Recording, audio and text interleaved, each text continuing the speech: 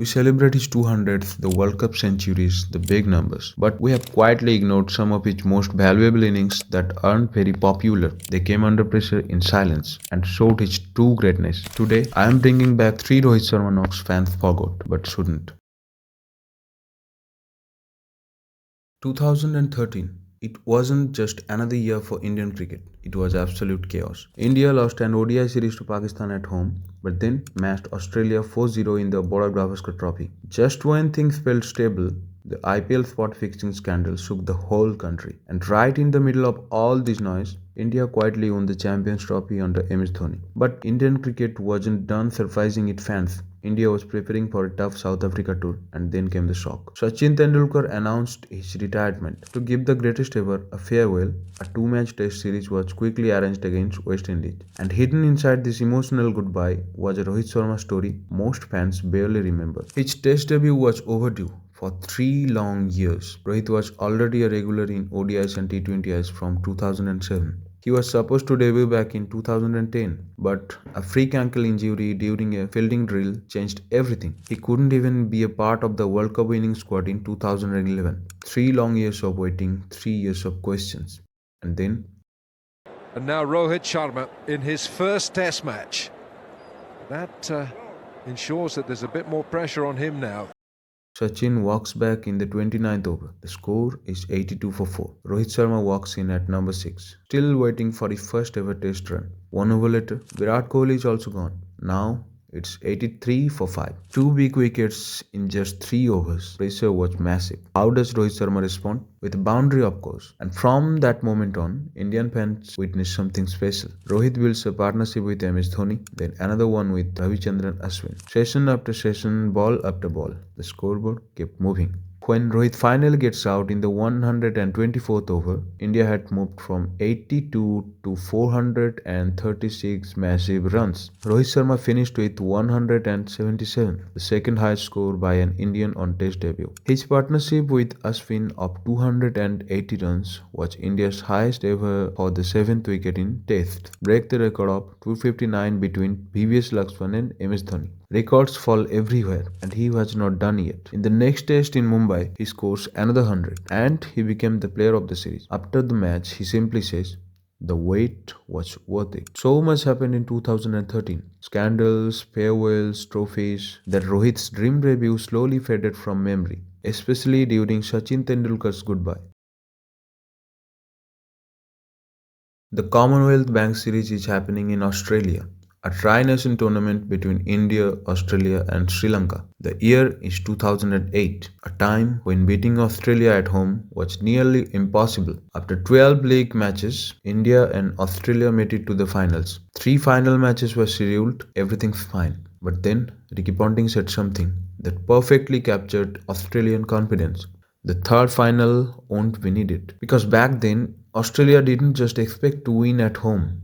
They expected to dominate. To them, every defeat was an upset. But that night in Sydney, things didn't go according to their plan. Australia won the toss and chose to bat without any hesitation. India's bowling attack was young, very young. Only real experience came from Harbhajan Singh. But then, early breakthroughs changed everything.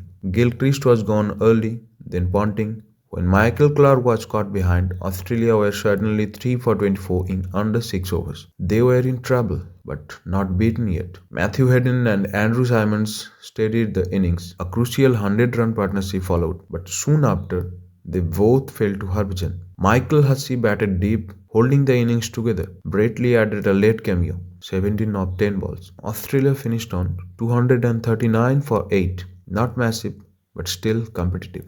Sachin Tendulkar and Robin Uthappa gave India a solid start, but on the final ball of the 11th over, Uthappa was gone, thanks to a stunning catch by Mike Hussey. Soon after, Gautam Gambhir ran himself out. Yuvraj didn't also last long. By the 19th over, India were 87 for 3. The game was open again. The Aussies were ready to tear us apart. But that's when a 20-year-old walked in. Just 12 ODIs into his international career. At the moment, Sunil Gavaskar said something that summed up the situation perfectly. The last thing that India needs at this stage is for panic to set in. Rohit didn't panic, he settled. He rotated strike, played late, played smart. Slowly, a partnership began to grow. Rohit and Sachin added 113 runs together. Sachin went on to score his first and only ODI century in Australia. When Rohit finally got out for 66, India were 210 for 4. Just 30 runs needed from 52 balls. The result was sealed. India had done it. For the first time ever, India beat Australia at the Sydney Cricket Ground. India went on to beat Australia again in the next final. Ponting was proven right. The third final wasn't needed. Most fans remember this match for Sachin's 100, but Rohit Sharma's innings was quietly disappeared from memory. Yet, it was this partnership that paved the way to victory. The next innings we are going to talk about is the most impactful yet the most underrated of Rohit's career, and it came in a freaking World Cup final. Before we move on, here are some quick honorable mentions you cannot ignore. 122 versus South Africa, World Cup 2019. Rohit absorbed pressure after losing Dhawan and Kohli earlier, killed a lethal attack on a tough pitch that even Kohli called it his best ODI knock ever. 137 versus Bangladesh World Cup 2015 quarter final, when India were trolling at 115 for 3 and Rohit single-handedly dragged them into the semis, and 138 versus Australia 2015 try series, where every Indian batter failed and Rohit scored more than the rest of the lineup combined but couldn't win the game. After the humiliation of the 2007 ODI World Cup, no one was even interested in the first ever T20 World Cup. A very young Indian team travelled to South Africa, led by a new captain, MS Dhoni. No expectations, no pressure. But then, the grand finale. And guess who the opponent was? Pakistan. For a maiden World Cup final, it literally couldn't get any bigger. But on paper, India were clearly the underdogs. Pakistan's bowling attack looked sharper.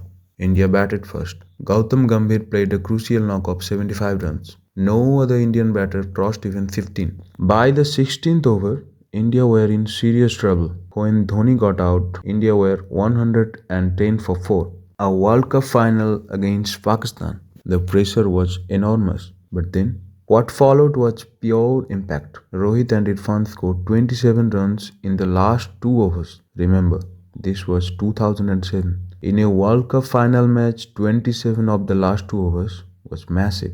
India finished on 157. Not huge, but still competitive. The rest is history. Irfan Pathan's magical spell, Joginder Sharma's final over, Srishant's catch to dismiss Misbah-ul Haq. Every moment replayed endlessly. Every frame shaped in fans' memory. But one performance quietly disappeared.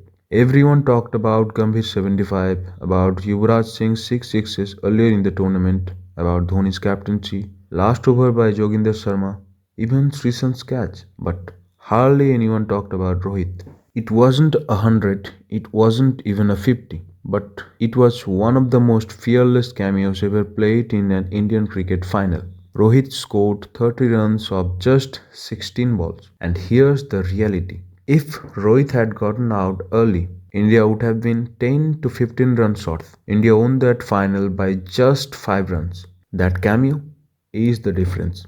Not every match is won by hundreds or fifers. Sometimes it's these short, pressure packed cameos that decide finals. They don't trend, they don't make highlight reels, but they win you World Cups. And in my opinion, this was Rohit Sharma's most impactful yet most underrated performance.